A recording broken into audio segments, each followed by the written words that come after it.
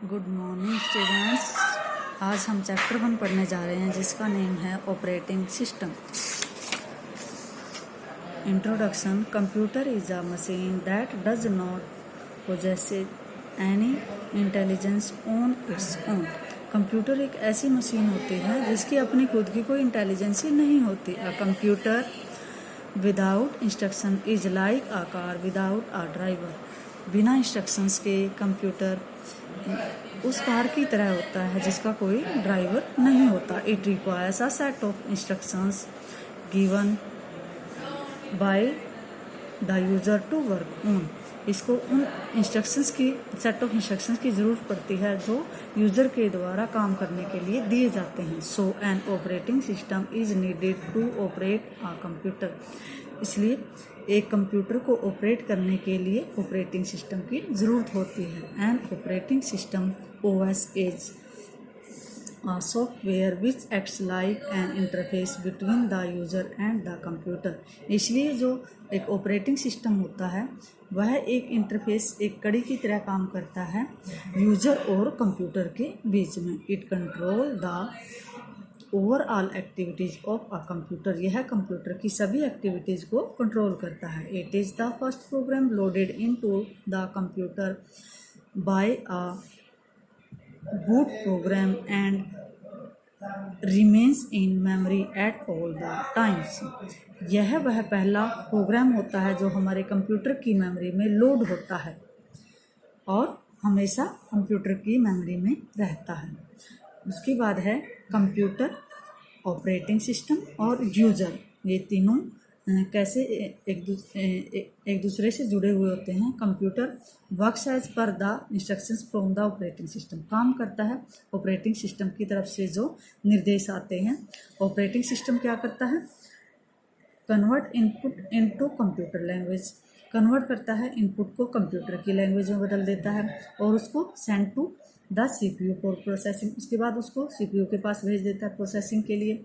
उसके बाद क्या करता है? Takes processed data from CPU।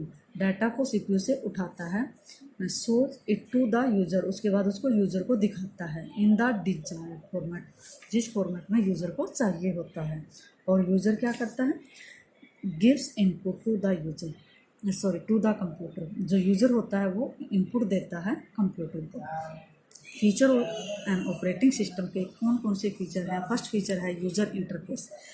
User interact with operating system by graphical interface. जो यूज़र होता है हमेशा इंटरेक्ट होता है ऑपरेटिंग सिस्टम से ग्राफिकल इमेजेस के द्वारा। सेकंड है process management. OS handles all the process given by the user और internal processes of the system. जो ऑपरेटिंग सिस्टम होता है पूरे के पूरे प्रोसेस को हैंडल करता है जो यूज़र के द्वारा या इंटरनल जो प्रोसेस होता है सिस्टम का उसको। नेक्स्ट है resource management. OS manage all the resources. सारे रिसोर्सेज को भी मैनेज करता है। जैसे कौन कौन से रिसोर्सेज होते हैं? लाइक मेमोरी है, प्रोसेसर है, etcetera. Those are attach to the computer. जो कंप्यूटर से जुड़े हुए होते हैं रिसोर्सेज उन सभी को हैंडल करता है। नेक्स्ट है memory management and operating system assign memory to various task. जो ऑपरेटिंग सिस्टम होता है वो सभी कामों को मेमोरी भी असाइन करवाता है। एंड व्हेन रिक्वायर्ड, जिस भी काम को चाहिए होते हैं। It also frees the memory allocated as soon as the task is completed. और उस मेमोरी को फ्री भी कर देता है जैसे ही वो काम पूरा होता है। नेक्स्ट है file management. File system is use for storing and managing computer files. जो फाइल सिस्टम होता है वो यूज किया जाता है स्टोर करने के लिए और कंप्यूटर फाइल को या डाटा को मैनेज करने के लिए। OS has file management. Operating system का फाइल मैनेजमेंट सिस्टम होता है दैट एलोज यूज़र। जो यूज़र को भी एलो करता है टू ऑर्गेनाइज देयर फाइल, कि वो अपनी फाइल्स को संगठित करे और क्या करे? टू मूव, उनको मूव कर सकते हैं, डिलीट कर सकते हैं, एंड कॉपी फाइल्स, उन फाइल्स को कॉपी भी कर सकते हैं। नेक्स्ट है handling network communication. Network communication को भी हैंडल करता है कौन? Operating system. Data travelling from one computer to another, जब डाटा एक कंप्यूटर से दूसरे कंप्यूटर में जाता है इन अ नेटवर्क, एक नेटवर्क में, आर हैंडल्ड बाय द, और किसके द्वारा हैंडल किया जाता है? By the OS, operating system के द्वारा इसको हैंडल किया जाता है। उसके बाद है structure of N operating system. Operating system का स्ट्रक्चर क्या होता है, उसका ढांचा, उसकी संरचना कैसी होती है? There is a broad family of operating system which can be classified in 4 categories based on the types of computer they control and the sort of application they support। यहाँ पे जो ऑपरेटिंग सिस्टम होता है उसकी एक broad family होती है which can, जो उसको क्लासीफाई करती है 4 कैटेगरी में, उसको बांट देती है।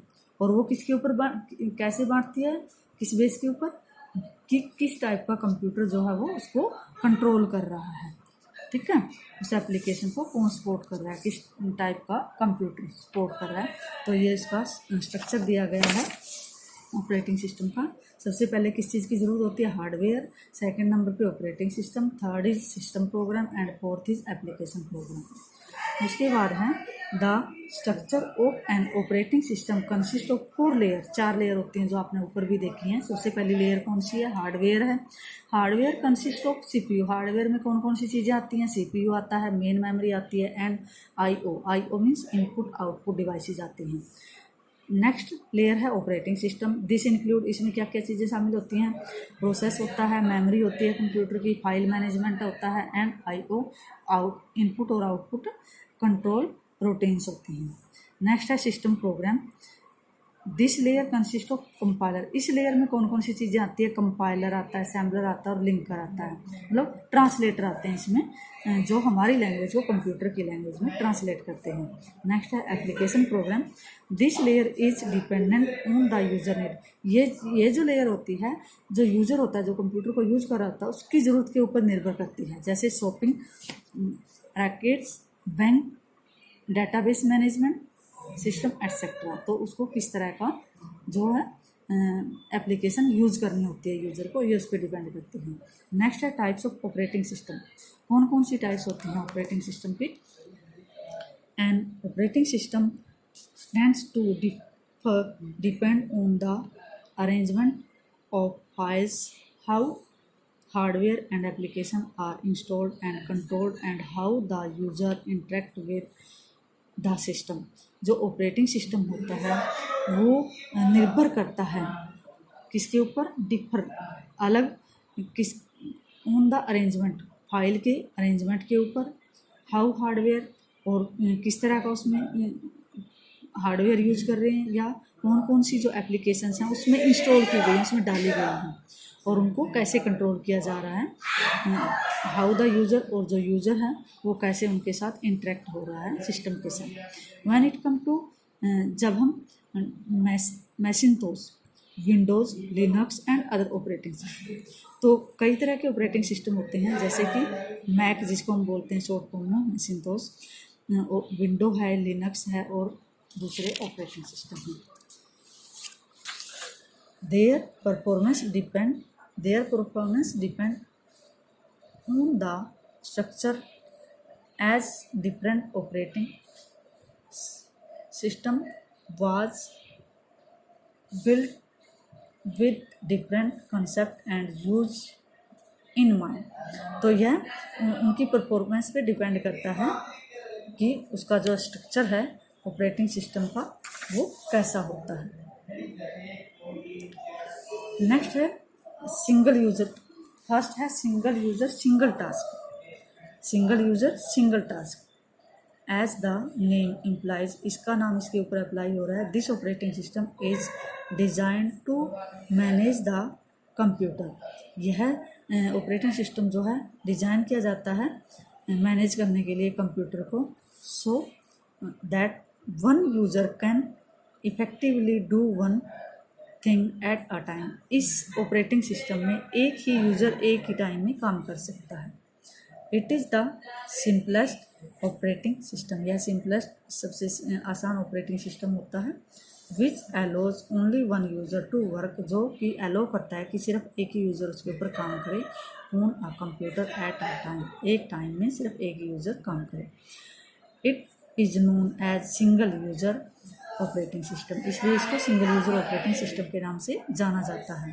The palm OS 4 palm handled computer is a good example of a modern single user single tasking operating system। आज जो पाम मतलब जिसको हम हाथ में पकड़ सकते हैं वो वाले कंप्यूटर, उनमें जो ऑपरेटिंग सिस्टम होता है वो हैंडल करता है।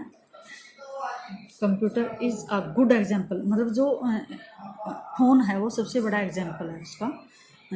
आज का जो modern single user single tasking operating system है। नेक्स्ट है single user multitask, user single होता है और काम मल्टी होते हैं, मतलब कई सारे होते हैं। This operating system allows a computer to perform more than one task. इस ऑपरेटिंग सिस्टम, यह जो ऑपरेटिंग सिस्टम होता है वो अलाउ करता है कंप्यूटर को कि वो एक से ज़्यादा काम भी पूरे कर सकता है एट अ टाइम, एक ही टाइम में।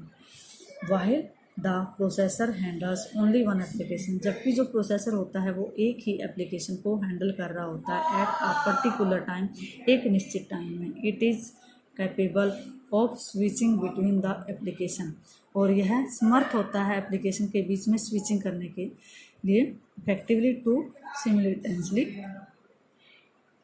एग्जीक्यूट इज, वो हर एक को अलग अलग उसमें एग्जीक्यूट करता है, क्रियान्वित करता है हर एप्लीकेशन को।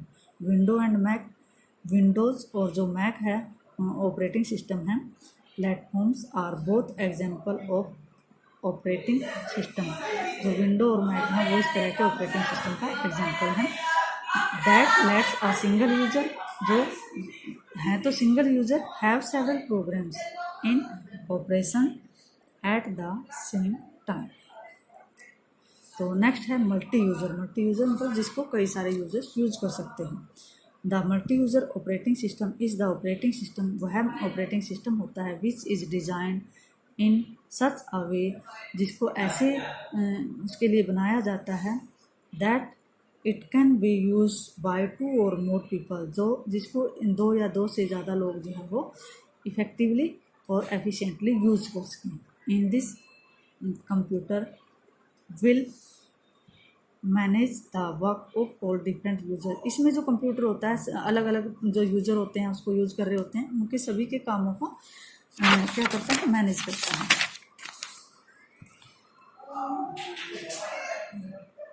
Without letting them know that they all are actually working on a single computer, उनको बिना ये पता लगे कि वो किस एक ही कंप्यूटर पर काम कर रहे हैं।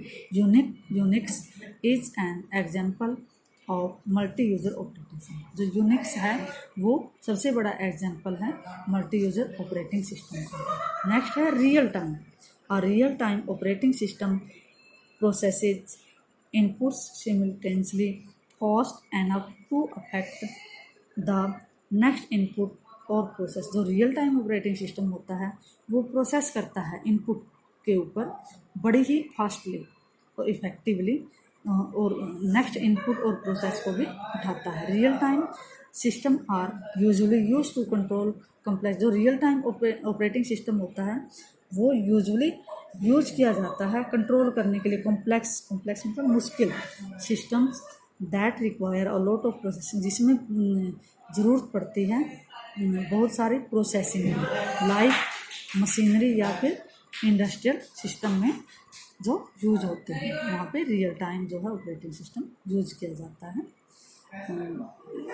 उसके बाद नेक्स्ट है वेरियस ऑपरेटिंग सिस्टम, कौन कौन से ऑपरेटिंग सिस्टम है वो हम बाद में पढ़ेंगे। Half lesson is complete.